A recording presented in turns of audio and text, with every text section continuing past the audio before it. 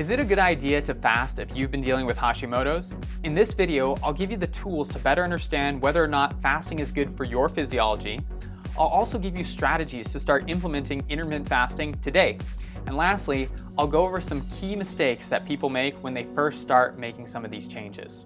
For the absolute best information when it comes to natural thyroid support, make sure you subscribe to my channel and ring the bell. That way you're notified whenever I post a video each and every Thursday. I'm Dr. Bodle, and over the past 5 years, I've helped hundreds of patients improve their thyroid symptoms and start feeling like themselves again. Intermittent fasting is a great way to improve your energy levels, help with weight loss, and also support good brain function. But to achieve the benefits, we have to make sure that we're not only doing it properly, but we're doing it in the right situation. So what is intermittent fasting? To put it quite simply, it's a dietary approach where we have times of fasting and times of feasting. And I really like it because so many diets out there focus on what we're putting in our mouth, but it doesn't focus on when we're actually eating, which can be just as profound for our health as our selection of food. Now, if you do have some questions about exactly what you should be eating if you've been diagnosed with Hashimoto's, just go ahead and check out my video on the best diet for Hashimoto's, and it will answer all those questions for you. But the reason why intermittent fasting is so great and so powerful is because it aligns naturally with our physiology. For most of human history, food was not in an abundance, and therefore it was not uncommon for us to go many hours without eating anything. What this does for our physiology is a number of things, but the first thing is it helps us to better regulate the hormone insulin. So insulin is something that most people are only familiar with when it comes to diabetes, but it's a hormone that we all have, and it helps us to shunt glucose from the blood into our cells so it can be burned for energy. The problem is, a lot of times in our modern day, we're eating so frequently that it never allows our insulin levels to drop back to normal levels. Therefore, when we reduce our food intake, it can help to achieve this, and it improves our interaction between insulin and the cells that they serve. The next thing it does is give our digestive tract a huge break. Our digestive tract should not be processing food 24/7, and for some people, it is. This can become even more problematic when we have gut symptoms. Think of it like if you had a big pothole in the middle of the road. If you wanted to repair that, you wouldn't want cars driving down it while the construction crew is out there.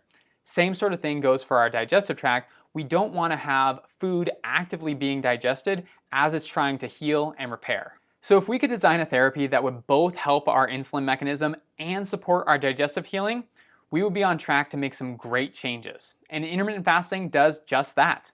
But how do we know it's right for you? If you've been following my content, you know that to help out with Hashimoto's and other autoimmune conditions, we have to minimize triggers. And one of the big triggers is management of our blood sugar.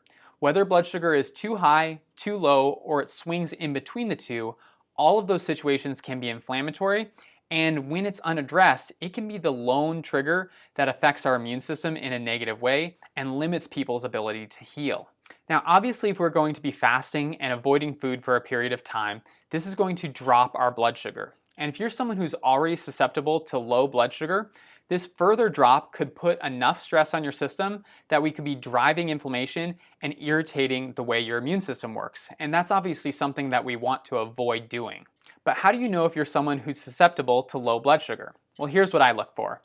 If you go 3 to 4 hours and you notice an overt increase in symptomatology, things like headaches, blurring of vision, dizziness, lightheadedness, anxiousness, jitteriness, or mood swings, then you are likely experiencing a drop in blood sugar that is leading to an increased stress on your system. Additionally, these are the people who can fall asleep at night, but they're consistently waking up at 2, 2:30, or 3 a.m. And when that happens, they're feeling really jittery, really anxious, and sometimes you gotta get out of bed and do something because you can't fall asleep for the next hour or so. Again, low blood sugar is often the culprit for these types of symptoms. So if this is starting to sound like you might not want to jump into intermittent fasting as your next thing. I'm not saying it can't be done, and I'm not saying that you might not want to do it in the future. What I am saying is your system might not be stable enough right now when it comes to blood sugar, and therefore the long duration of fast could be an extra stressor on your system that we'd like to avoid when it comes to appropriately managing autoimmunity and Hashimoto's. But if you can go a long time without eating and you feel fine, in fact, maybe even feel a little bit better, then how do we start implementing intermittent fasting?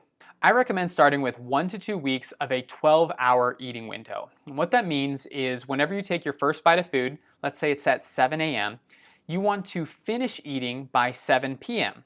That gives you 12 hours to eat and 12 hours to fast. Once we get adjusted to the 12-hour window, we are going to progressively work down to a 6-hour window, and we're going to do this on a week-by-week basis. So if the first week we're doing 12 hours, the next week we're going to do an 11-hour eating window, and all the way on down. Now, if there's ever a time where you feel like, the fast is a little bit of a struggle for you, it's okay to extend that transition time out. So maybe you do 2 or 3 weeks at the 11-hour window. Additionally, there may come a point in time where you are experiencing benefits and the increased restriction of time does not further those benefits. It's okay to find that sweet spot and stay there. However, if you're continuing to feel good, keep working down to that 6-hour window. You may continue to experience benefits as you work to that final stage. Once you get down to the 6-hour window, don't stress too much about whether you're skipping breakfast or skipping dinner. People have different types of physiology and they will respond in different ways. And I've seen people have success with both options. Lastly, know that this is something that you can implement every day or every other day. Both will convey benefits and one may work better with your lifestyle. Now, if you've tried fasting before, how did it make you feel? Did you feel great or did you feel terrible? Let me know in the comments below. Now onto the mistakes that I see a lot of people making when it comes to intermittent fasting. And the first one is too low of calories. So intermittent fasting sometimes gets a bad rap in the Hashimoto's and low thyroid groups, and I think it's for this particular reason. So we do know that if our calories get too low, that can impact thyroid function.